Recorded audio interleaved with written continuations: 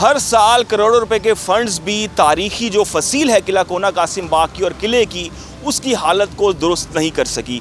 यहाँ पर तो दावे तो बहुत किए जाते हैं कि ग्रीन बेल्ट बना दी गई, झूले लगा दिए गए, बैठने के लिए बेंचेस रख दिए गए, लेकिन उसकी देखभाल कौन करेगा? एक बहुत बड़ा सवालिया निशान है।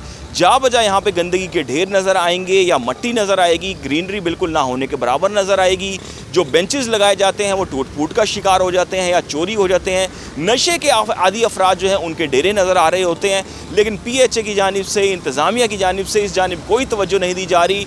आए रोज़ यहाँ बैरून मुमालिक से जो अफराद आते हैं, जो सयाह आते हैं, वो यहाँ का विज़िट करते हैं। किला कोना कासिम बाग का जो हज़रत शाहरुख ने आलम का मज़ार है, तो लेकिन जो तारीख़ी फसील है यहाँ पर, उसकी देखभाल का कोई मौसर निज़ाम नहीं है। हर साल इतना पैसा लगाए जाने के बावजूद भी यहाँ की जो हालत ज़ार है वो बिल्कुल ही जो है वो तबाहाली के शिकार दिखाई दे रही है, लेकिन इसकी हालत ज़ार दुरुस्त नहीं की जा सकी साल गुजरने के बावजूद। जी।